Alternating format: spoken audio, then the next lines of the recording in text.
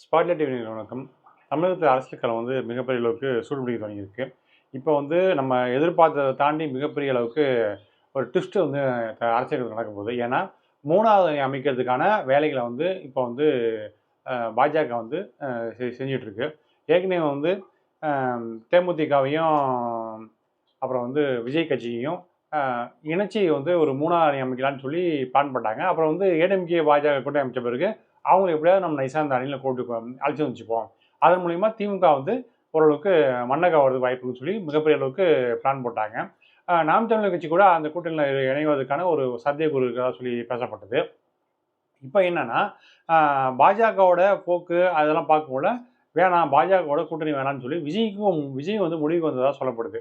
இப்ப என்னன்னா, இப்ப வந்து ஏடிஎம்கே அலையன்ஸு, டிஎம்கே அலையன்ஸு, பாஜக வந்து ஏடிஎம்கே அலையன்ஸ்ல அங்கம் வகிக்கிறது வாய்ப்பு இருக்கு. ஆனா கடைசி காலத்துல எடப்பாடி வந்து கழட்டி விடுறதுக்கு வாய்ப்பு இருக்கு. அப்படி கழட்டி விட்டா, அ என்னன்னா, விஜய் பிளஸ் வந்து நாம் தமிழர் கட்சி. இந்த 2 கட்சியும் தனித்து நிக்கிற வச்சு, இப்ப 5 முனை போட்டியா வந்து மாறதுக்கு வாய்ப்பு இருக்கு. அதனால பாஜக வந்து தனித்து போட்டியிடக்கூடிய, அதாவது எடப்பாடி கழட்டி விட்டவாசி வேற வழி இல்லாம தனித்து போட்டியிட வாய்ப்பு கிடைச்சதுன்னா, இப்ப ஏடிஎம்கே அலையன்ஸ் இல்ல பெரும்பான்மை கட்சிகள் வந்து பாஜக கூட்டணிக்கு போகும். அப்ப ஏடிஎம்கே வந்து அதுவும் வந்து கிட்டத்தட்ட ஒரு 2, 3 கட்சியோட வந்து தனியா நிக்கும். பாஜக ஒரு 4 கட்சியோட தனியா இருக்கும். ஆக 2 பேருக்கும் மிகப்பெரிய அளவுக்கு வாக்கு வங்கி வந்து கிடைக்கிறது வாய்ப்பில்ல. அதே போல தான் நாம் தமிழர் கட்சிக்கும், விஜய்க்கும் இப்படியான அரசியல் களத்துல திமுகவுக்கு சாதகமா முடியறதுக்கான வாய்ப்பு இருக்கு. ஆனா, இதெல்லாம் தாண்டி அ பாஜக என்ன பண்ணும்னா, தனிச்சு பலர வந்து போட்டியிட வச்சு, எல்லாரும் வந்து ஒரு 50 தொகுதி ஜெயிக்கிறதுக்கான ஒரு வாய்ப்பை ஏற்படுத்தி, மிகப்பெரிய அளவுக்கு உதவி பண்ணி வாய்ப்பை ஏற்படுத்தி, அதாவது வோட்டிங் மிஷின்ல கூட சில விஷயங்கள்லாம் பண்ணி, வாய்ப்பு எடுப்பதற்கான ஒரு சாத்தியக்கூறு இருக்கான்னு சொல்லி ஆராயப்படுறத பார்க்க முடியுது. பாஜக என்ன கணக்கு பண்ணா, எப்படியாவது திமுக வந்து பெரும்பான்மை ஜெயிக்கக்கூடாதுன்னு ஒரு ஒரு ஒரு ஒரு நோக்கத்தோட செயல்படுது. திமுக என்ன பண்ணுதுன்னா, இல்ல நம்ம இவங்க என்ன பண்ணாலும் நமக்கு எதிரா போய் நிக்கும். நமக்கு வந்து ஆதரவா தான் முடியும்னு சொல்லி திமுக வந்து ஒரு கான்ஃபிடன்ட் இருக்கிறத பார்க்க முடியுது. ஆக, இப்படியான பல வேலைகள தாண்டி திமுக என்னன்னா, இப்போ வந்து ரகசியமான பல திட்டங்கள வந்து செஞ்சுட்டு பார்க்க முடியுது. பூத் கமிட்டி அமைக்கிறது, அப்புறம் வந்து இன்னைக்கே வந்து தொகுதி மக்கள்ட்ட போய் பணத்த கொண்டு சேர்க்கிறது வேலைய பண்ணி முடிச்சுட்டாங்க. அது மட்டும் இல்லாம, அந்த விடுபட்டவங்க வந்து கொண்டாந்து சேர்க்கிறது, அப்புறம் வந்து அ பல உதவிகள் அப்புறம் நலத்திட்டங்கள் மூலியமா அவங்க நலத்திட்டங்களும் அவங்க பேர சேர்த்து புதிய வாக்காளர்கள் வந்து திமுகவுக்கு தொடர்ச்சியா வாக்களிக்கிற மாரியான ஒரு திட்டங்கள கொண்டு போறது. இப்படியான பல வேலைகள வந்து பார்க்குறாங்க. அப்புறம் ஏற்கனவே இப்போ வந்து தொகுதி வாரியா வந்து மாவட்டம், வட்டம் வாரியா வந்து நலத்திட்ட உதவிகள வந்து நேரடியா மக்களுக்கு போற மாரியான பல வேலைய செஞ்சுட்டு இருக்கிறதையும் பார்க்க முடியுது. மிகப்பெரிய அளவுக்கு பணத்த இறக்கிட்டு அந்த வேலைய பண்ணிட்டு இருக்காங்க. இப்போ வந்து அ அ நாட்கள் ஆக ஆக 2, 3 பேர் அரசாவதுக்கு வாய்ப்பு இருக்கு. மத்திய அரசால, இடியால அரசாவதுக்கு வாய்ப்பு இருக்கு. அப்படி ஆனா எப்படி அந்த விஷயத்த கொண்டு எடுத்து அடுத்த லெவலுக்கு கொண்டு போறது அப்படிங்கிற விஷயத்துக்கும் திமுக வந்து பல பிளான்கள பண்ணியிருக்கிறத பார்க்க முடியுது.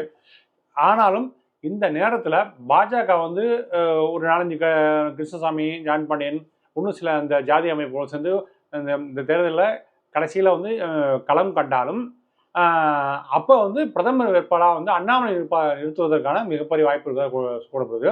இப்படியான சித்து வேலைய வந்து அண்ணாமலையும் மறைமுகமா பண்றத பார்க்க முடியுது. கண்டிப்பா ஏடிஎம்கேவும், பாஜகவும் கூட்டணியிலிருந்து விலகுவதற்கு வாய்ப்பு இருக்கு.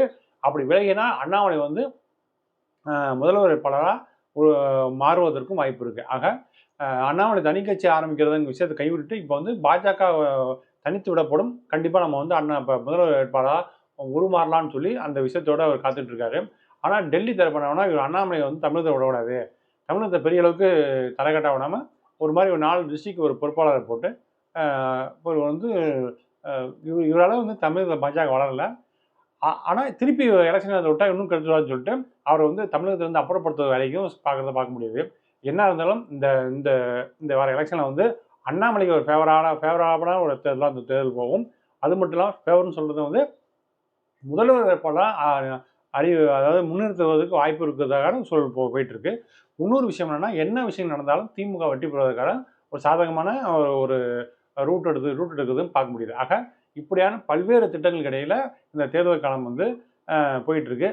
இந்த தேர்தல் காலம் கண்டிப்பா மக்களுக்கு யார் வந்து கையில பணத்த கொண்டு ஓட்டுக்கு பணத்த கொண்டு சேர்க்குறாங்க, அப்புறம் உதவி திட்டங்கள், நலத்திட்டங்கள் மூலம் யார் வந்து மக்கள் போய் நேரடியா பயன்பெறும் மாரி நடவடிக்கை மேற்கொள்றாங்களோ, அவங்க மட்டும் தான் ஓட்டு வந்து மக்கள் போடுவதற்கு ஒரு வாய்ப்பு இருக்கு. ஏன்னா, மக்கள் வந்து நல்லா புரிஞ்சுட்டாங்க. இவங்க என்ன விட்டாலும் ஊழல் பண்ண போறாங்க. அதனால முடிஞ்ச அளவுக்கு யார் அதிகமா காசு தராங்க, யார் வந்து உதவிகள் செய்றாங்க, நலத்திட்டங்கள் யார் செய்றாங்க, அப்படிங்கிற ஒரு அளவுகள் தான் மிகப்பெரிய அளவு இருக்கும். ஜாதிங்கிற ஃபேக்டர் கூட மிகப்பெரிய அளவுக்கு எடுபடாமல் போகிறத வந்து பார்க்க முடியுது.